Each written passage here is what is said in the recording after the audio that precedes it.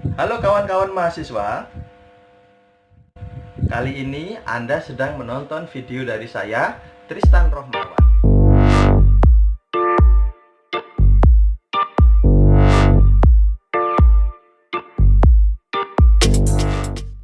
Halo, masih dengan saya Tristan Rohmawan di atas perbukitan Kecamatan Kota Anyar, Kabupaten Probolinggo. Kita sudah masuk pada materi yang ke-6. Nah, ini langsung saya lanjutkan ini ya. Langsung aja untuk menghemat waktu, kita langsung masuk ke PPT-nya. Tetap semangat. Oke, kita sudah masuk pada materi yang terakhir pada paket A, tubuh penelitian, dan yang terakhir ini adalah kesimpulan penelitian bahasa Indonesia. Nah, ini materinya sepertinya singkat aja ya, seperti yang pembahasan kemarin, hanya diskusi dan saran saja gitu ya. Bagian ini nanti sekaligus membahas kesimpulan dan saran gitu ya. Langsung aja slide berikutnya. Nah, kesimpulan. Kalau kemarin sudah kita bahas ada pembahasan yang internal dan eksternal atau deep discussion and extensive discussion gitu ya. Sama sebenarnya di kesimpulan juga ada dua itu. Ada yang kesimpulan eksternal, juga ada kesimpulan yang eksternal gitu ya. Jadi intinya di dalam kesimpulan ini kita akan meresum kondisi, problem, dan ringkasan dari dari hasil analisis data. Jadi ringkasannya. Jadi yang sudah dibahas kemarin itu diringkas lagi. Berarti intinya ada apa dengan data dan hasil analisis data kita. Oke, itu yang pertama. Yang kedua, kesimpulan dari extensive discussion kita. Berarti extensive conclusion gitu ya, kesimpulan ekstensif. Dia meresum penjelasan-penjelasan teoritik dan konseptual, kemudian juga meresum dinamika perkembangan penelitiannya. Dari apa yang sudah Anda lakukan selama berpenelitian itu, kemudian kemarin kan ketika diskusi ekstensif, Anda kan juga saya sarankan untuk membahas dan membandingkan dengan penelitian yang lain gitu ya. Maka ada perkembangan apa dalam penelitian Anda gitu. Peningkatannya apa gitu ya. Apa perbedaannya? Ini dijelaskan di dalam kesimpulan itu ya. Kemudian setelah kesimpulan internal dan eksternal sesuai dengan pembahasan itu disampaikan, berikan kesimpulan teoritik. Nah, saya rasa ada beberapa orang yang mungkin akan protes gitu ya, kan tidak semua penelitian menghasilkan teori. Nah, ini yang dimaksud dengan teori ini nggak harus sebuah sebuah konsep matang atau sebuah definisi dari yang sudah diteliti secara mendalam, enggak gitu ya. Jadi yang saya maksud dengan kesimpulan teoritik ini adalah pokok-pokok temuan yang dihasilkan dari hasil analisis data dan pembahasan. Anda jangan ragu gitu ya. Sebagai seorang peneliti, meskipun saya kan masih peneliti pemula Pak gitu. Saya kan belum doktor. Apakah bisa seorang sarjana itu menghasilkan sebuah teori gitu ya?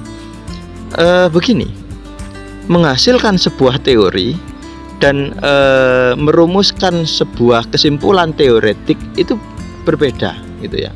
Memang kalau menghasilkan sebuah teori yang kemudian nanti akan diakui oleh masyarakat secara umum gitu ya, itu memang secara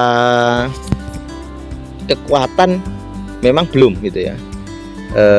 Kalau dikatakan apakah kita bisa percaya omongannya peneliti pemula gitu ya, mungkin akan banyak yang meragukan gitu ya. Kekuatan ilmunya memang belum maksimal untuk dikatakan orang yang layak kemudian teorinya untuk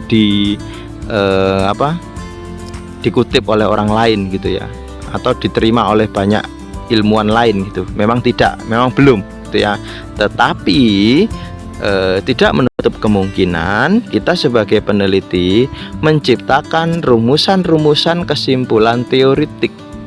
Dari mana? Ya dari hasil temuan kita, ya dari hasil analisis kita, hasil pembahasan kita. Kita kan selama beberapa waktu riset itu kan kita juga berpikir, kita juga mencari kesimpulan-kesimpulan. Kita kan juga mencari bentuk dari problem yang sedang kita bahas. Maka saya kira cukup layak ketika Anda menentukan kesimpulan teoritik berupa pokok-pokok temuan yang dihasilkan dari hasil analisis data dan pembahasan. Nah, ini bisa jadi pokok-pokok teoritik itu tadi adalah pemutakhiran atau pembaharuan dari teori atau hasil penelitian yang sudah ada. Jadi ada teori ini, misalnya ya, Anda ini masih S1 itu, tapi Anda sudah bisa berbicara dari buku ini. Ada satu buku itu ya, teorinya seperti ini. Nah, saya temukan di lapangan seperti ini. Nah, apa perbedaannya? Adakah peningkatan gitu ya? Yang dimaksud dengan pemutakhiran dan pembaruan itu nggak harus berbeda ya, nggak harus menentang, bisa juga mendukung. Artinya mendukung itu di buku, berarti apa yang saya temukan di dalam hasil penelitian saya cocok loh dengan teori ini gitu ya. Maka benar adanya teorinya ini seperti ini gitu. Anda rumuskan ulang gitu ya. Jadi teori yang sudah ada itu Anda rumuskan ulang gitu. Jadi itu hasil penelitian yang luar biasa saya kira. Gitu ya. Jadi jangan ragu. Baik peneliti pemula maupun yang katanya masih S1 atau diploma, jangan ragu untuk menentukan secara teoritik apa temuan saya. Pokok-pokoknya tuliskan di situ, gitu ya. Itu yang saya kira kalau menurut saya pribadi ya, itu wajib harus diberikan, karena dari situlah nampak bahwa penelitian saya ini ada hasilnya secara teoritik, gitu ya. Ada banyak hal yang bisa diklarifikasi secara teoritik melalui temuan saya. Itu saya kira layak ya, setiap penelitian ada pokok-pokok kesimpulan teoritik. Berikutnya kesimpulan terkait kegunaan gitu ya. Jadi setelah Anda meneliti selama itu gitu ya, kegunaan penelitian saya berarti apa ini gitu ya. Maka bisa diberikan resum terhadap kegunaan temuan pada bidang ilmu dan praktik. Misal, Anda sudah meneliti novel, gitu ya, dengan pendekatan psikologi pengarang. Yang Anda cari adalah bagaimana seorang pengarang menciptakan sebuah karya, gitu ya. Proses berpikirnya, ideologinya, macam-macamnya Anda jelaskan di dalam hasil penelitian itu. Nah, kemudian berarti kegunaan temuan bidang ilmunya apa? Nah, berarti kan mengonfirmasi bahwa sebuah karya itu tidak ujuk-ujuk ada proses kreatif, ada proses berpikir. Nah, kan di teori ada, ya, di teori ada, dikonfirmasi di dalam hasil temuan Anda. Nah, itu yang saya maksud dengan kesimpulan kegunaan. Maka kegunaan dari penelitian ini adalah mengonfirmasi kebenaran dari teorinya siapa, gitu ya. Berikutnya juga misalnya kalau sudah Anda temukan bahwa dalam sebuah novel itu ada proses kreatif dari penulisnya, baik secara psikologis, secara ideologis, secara mental ya, terus juga secara fisik, pengalaman-pengalaman dimasukkan di situ. Lalu dalam bidang praktik apa? Nah, praktik ini bisa Anda arahkan kepada kegiatan menulis karya, gitu ya. Bahwa di dalam proses menulis karya kita perlu melakukan tahapan-tahapan berpikir seperti halnya yang sudah saya temukan dalam penelitian ini. Nah, itu loh yang saya maksud dengan kesimpulan kegunaan, gitu ya. Berikutnya saran. Nah, kadang-kadang ini disepelekan gitu ya oleh para peneliti, gitu ya. Bagian saran ya sudahlah, pokoknya saran gitu ya. Sering-sering kita tanya kepada pembimbing, Pak, ini sarannya kepada siapa? Wis pokoknya saran sana, wis pada siapa terserah kamu. Nah, ini eh, cenderung rasanya itu sepele gitu ya. Saran itu rasanya sepele, padahal saran ini juga masih bagian yang penting gitu loh. Karena sebagus apapun hasil penelitian Anda, sebagus apapun kesimpulan Anda, kalau nggak ada gunanya bagi orang lain, ngapain dilakukan? Nah, ini statement terkait kegunaan itu bisa kita taruh di saran, bahwa penelitian saya ini berguna baik secara khusus maupun secara umum. Nah, saya agak menggebu-gebu karena bagian saran ini kadang diremehkan gitu ya. Nah, saran itu ada saran khusus terkait siapa? Terkait sesuai fokus dan temuan penelitian. Nah, ini pada orang tertentu. Misal Anda meneliti novelnya Raditya Dika, bahwa di dalamnya ada unsur-unsur jokes yang berbau sara misalnya. Anda tidak suka, dalam analisis Anda sampaikan itu bahwa jokes di dalam novel komedi itu banyak menimbulkan ketersinggungan sosial gitu ya. Ini saya jadi bahas ketersinggungan sosial ini ya, karena kemarin ada podcast menarik ya terkait ketersinggungan sosial. Nah, misal itu yang Anda bahas, ketersinggungan sosial yang disampaikan oleh para pembaca terhadap adanya sebuah komedi. Jadi novel-novel komedi itu juga banyak menimbulkan ketersinggungan sosial. Nah, maka secara khusus Anda bisa berikan saran kepada siapa? Penulis. Siapa? Raditya Dika. Sesuai dengan fokus penelitian Anda. Misalnya lagi, Anda meneliti di SD Kebonsari, Kota Pasuruan, yang diteliti adalah pengembangan kegiatan berliterasi. Maka sarannya kepada siapa? Ya kepada orang yang ada di SD Kebonsari, guru-gurunya, kepala sekolahnya, siswanya, orang-orang yang khusus terkait langsung dengan hasil penelitian Anda. Ya, itu saran khusus. Saran umum masih sesuai dengan fokus dan temuan penelitian pada orang-orang secara umum. Siapa orang-orang secara umum? Ya masyarakat. Misal, kalau misalnya tadi sudah ditemukan banyak ketersinggungan terhadap novel-novel, maka kita harus bisa sebagai pembaca, kita menyarankan kepada masyarakat sebagai pembaca, janganlah terlalu banyak istilahnya baper gitu ya terhadap isi dari sebuah karya sastra. Jadi sebelum kita membaca, kita saring dulu, kita lihat dulu sekilas isinya apa, agar tidak menimbulkan perasaan tidak enak setelah tahap prabaca itu. Setelah tahap selesai membaca, kemudian perasaan tidak enak, jengkel gitu, emosi yang negatif gitu ya, yang kadang dirasakan oleh para pembaca. Nah, itu kita beri edukasi pada mereka. Maka sebelum kamu milih gitu ya, sebuah buku untuk dibaca secara mendalam, untuk diresapi makna-maknanya, maka dibaca sekilas dulu. Kira-kira menimbulkan ketersinggungan enggak? Kalau tiba-tiba menimbulkan ketersinggungan, nah berarti novel ini novel toksik gitu ya, novel yang sangat mengganggu kalau Anda memaksakan untuk membacanya, kecuali Anda siap gitu ya.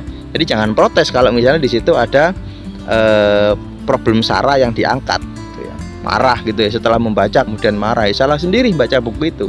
Buku lain kan banyak gitu ya.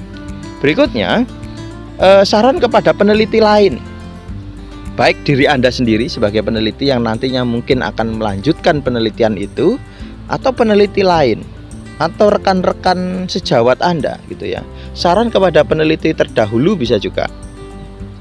Apa sarannya? Apa yang perlu dikerjakan oleh peneliti terdahulu untuk memperbaiki hasil risetnya?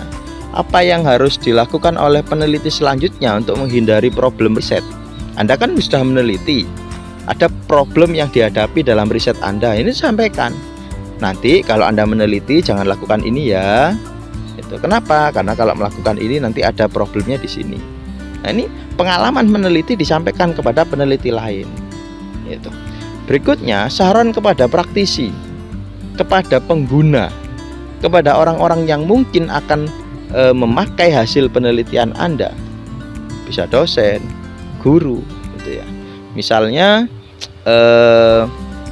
Anda sudah mengembangkan buku ajar, praktisinya adalah guru dan siswa, maka sarannya untuk guru ketika mau menggunakan buku ini yang sudah Anda kembangkan tadi, maka ada tahap yang harus dilakukan, ada persiapannya. Nah, itu disampaikan kepada praktisi, atau buku ini bagus loh untuk kamu, bagus loh untuk pelajaran Anda, maka gunakanlah yang seperti ini. Anda bisa mengembangkan sendiri, caranya begini. Itu sampaikan dalam saran kepada praktisi. Yang terakhir, saran kepada akademisi. Bedanya praktisi dan akademisi, kalau praktisi ya praktek. Kalau akademisi itu lebih mempelajari, mendalami ilmu-ilmu yang ada di dalam penelitian itu. Maka Anda sampaikan kepada para akademisi, teori yang sudah saya temukan seperti ini, pengembangannya dari teori sebelumnya ini. Maka sarannya perlu ada diskusi lebih mendalam terhadap teori ini agar definisinya lebih mendalam, gitu ya, agar bisa secara komprehensif meneliti pada objek tertentu, gitu ya. Jadi ada diskusi antar akademisi. Nah, seorang peneliti di sini menempatkan diri sebagai banyak orang, gitu ya, sebagai bagian dari masyarakat, sebagai seorang akademisi, sebagai seorang praktisi, gitu ya, macam-macam, gitu ya. Ini disinilah saya pikir letak eksistensi dari peneliti, yaitu ketika dia sudah sampai pada saran, ini eksistensi saya berguna bagi kamu terkait hal ini, maka lakukan seperti yang saya lakukan seperti yang saya sarankan, jangan lakukan ini, jangan lakukan itu, karena saya sudah mencoba dan hasilnya seperti ini. Nah, ini eksistensi dari seorang peneliti ditunjukkan di saran, gitu ya. Jadi perihal saran ini bukan hal yang sepele, gitu. Singkat ya, langsung pada tugas di pelajaran yang ke-6. Maaf itu salah ketik, terusnya 6 gitu ya. Bacalah 10 artikel, tetap ya seperti kemarin, 10 artikel 9:3. Buat kesimpulan dan saran dari gabungan 10 penelitian. Jadi 10 penelitian kan sudah Anda baca. Saya kira kalau 10 penelitian itu serumpun, berarti kesimpulannya tidak jauh beda.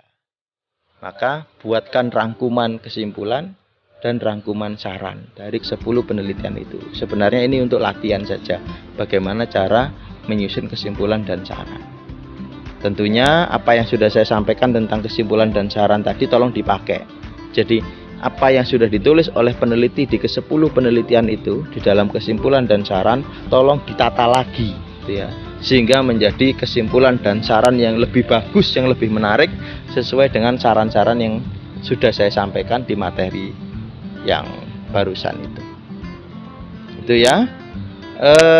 Terima kasih sudah sampai pada pelajaran yang ke-6. Tetap semangat, lakukan setiap tugas dengan baik. Oke.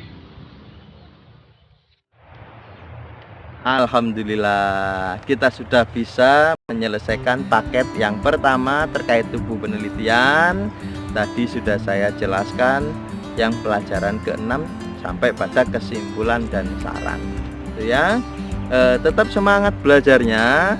Silakan nanti ditunggu ya paket yang berikutnya, yakni inisiasi penelitian bahasa dan sastra Indonesia. Masih ada 1 paket lagi, gitu ya. Isinya 4 pelajaran, gitu ya.